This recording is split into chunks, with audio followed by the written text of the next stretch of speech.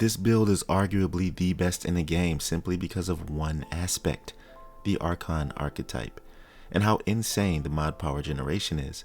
I have a whopping 66%, and with a skill buff, I can get it to almost 100. That, ladies and gentlemen, is why I say it feels like cheating. What is going on, y'all? It's 𝒉𝒆𝒍𝒑𝒔 from Identity. And if you're interested in builds, guides, gameplay, and insightful discussions, then don't hesitate to like the video and subscribe to my channel if you're new here.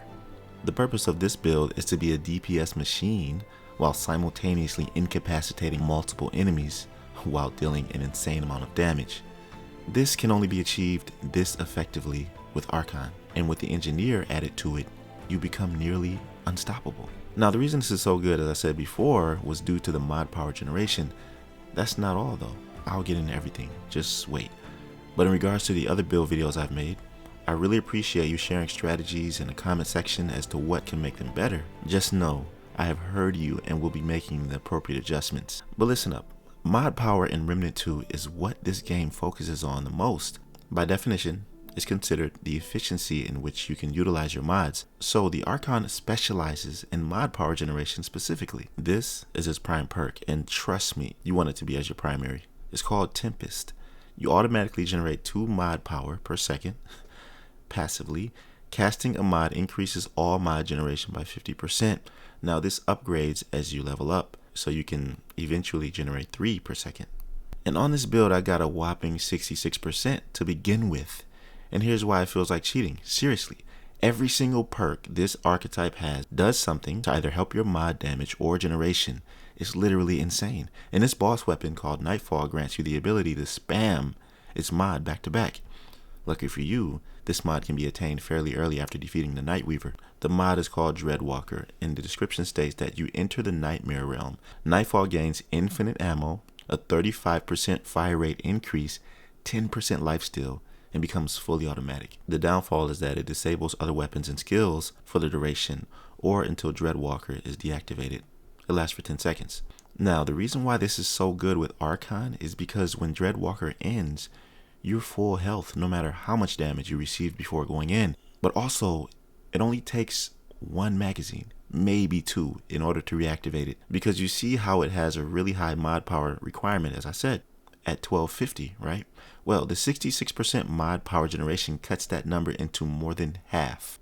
If I use the second skill, which is amazing, it'll be even more. It's called 𝐾HOSGATE. It conjures a 7-meter unstable zone which grants allies a 15% to all damage dealt, 25% increased mod generation, but increases the damage that allies take by 15%, and this lasts for 20 seconds. So the mod power generation gets 25% more. You essentially have almost infinite DPS and healing.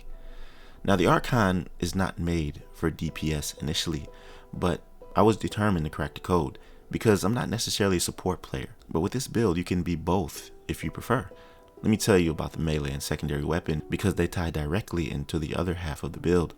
My melee weapon is the 𝐿 can be thrown if the wielder has stamina. Axe will magically reappear in hand, so you charge to throw the 𝐿 axe, which applies overloaded on hit, dealing 50 shock damage every 5 seconds for 10 seconds. Now, I need you to remember that word, overload, okay? Make a mental note. But check this out. I know it doesn't seem to be a good thing to use 25 stamina by throwing this, but the great thing about when you go to get the Archon class, there's a room that has a ring which grants infinite stamina. Yeah, you heard me right. Infinite. But the downside is that you're susceptible to 25% increased damage, which is brutal. I'm not using that ring on this particular build, but I am using it on another that I will be uploading soon. Anyways, it's a great melee weapon to use overall if you upgrade it, because this playstyle revolves around shock and electricity, which is another aspect that the Archon specializes in. So this axe definitely fits the theme I'm going for in this build. Not only that, but nothing exemplifies shock more than the Enigma. It's my secondary weapon. The mod is called Chaos Driver. It drives electrified rods into targets which tether to other rods within 10 meters. Tethers last for 10 seconds and deal 20 shock damage per second. Targets embedded with a rod take 50 shock damage per second. They take 25% additional damage per extra rod in the target.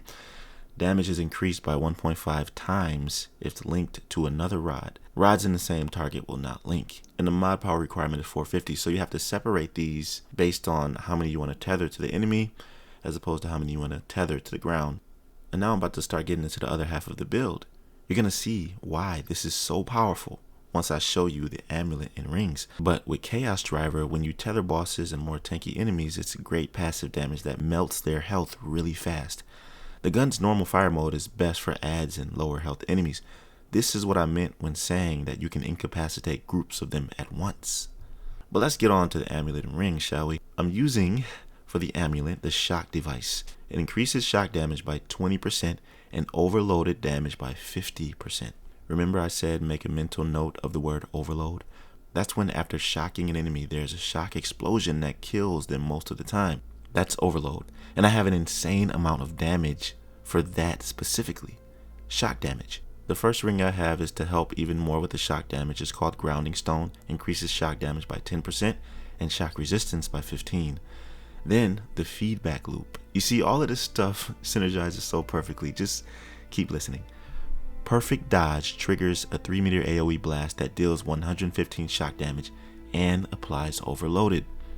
Then the Akari Warband.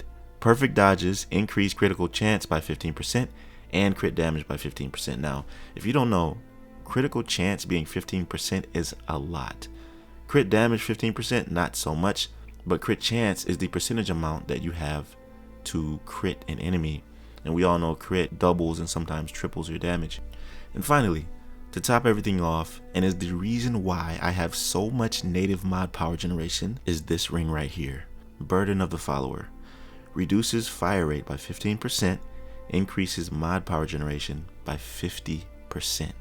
That's insane. This is amazing. The 15% fire rate decrease you don't even feel because the Nightfalls is semi-automatic and you can choose your shots however you want because it hits like a truck, so you want to pinpoint their head and not spam it anyway. This is when you're not using Dreadwalker in the Night Realm, and I'm using a mutator that helps it along even more called Bullet Weaver. It says that mod use increases fire rate of this weapon by 10% for 7 seconds. So I'm only losing like 5% from the 35% rate of fire increase that you get from using Dreadwalker in the Night Realm. And this ring and mutator I got from Endera's End, a dungeon with a ton of pressure plates in hidden areas that offer over 8 varying rewards. Initially, I really couldn't decide which archetype to combine with the Archon. I tried so many of them and none seemed to fit my playstyle. But once I landed on the Engineer, it fit like a glove. Using the Engineer allows me to relax while I do my thing. And with the built-in perk that Archon has called Flashcaster, once it's maxed out to level 10, I gain a 50% cast speed bonus. So the animation for casting the turret is almost non-existent. You can check out the stats here in the details to see for yourself how it all looks. And I went into great detail about how the Engineer works in this build video. Check that out if you're interested. But for this build video, I believe I covered everything I could for this Archon playstyle. Please comment anything you'd like to add below.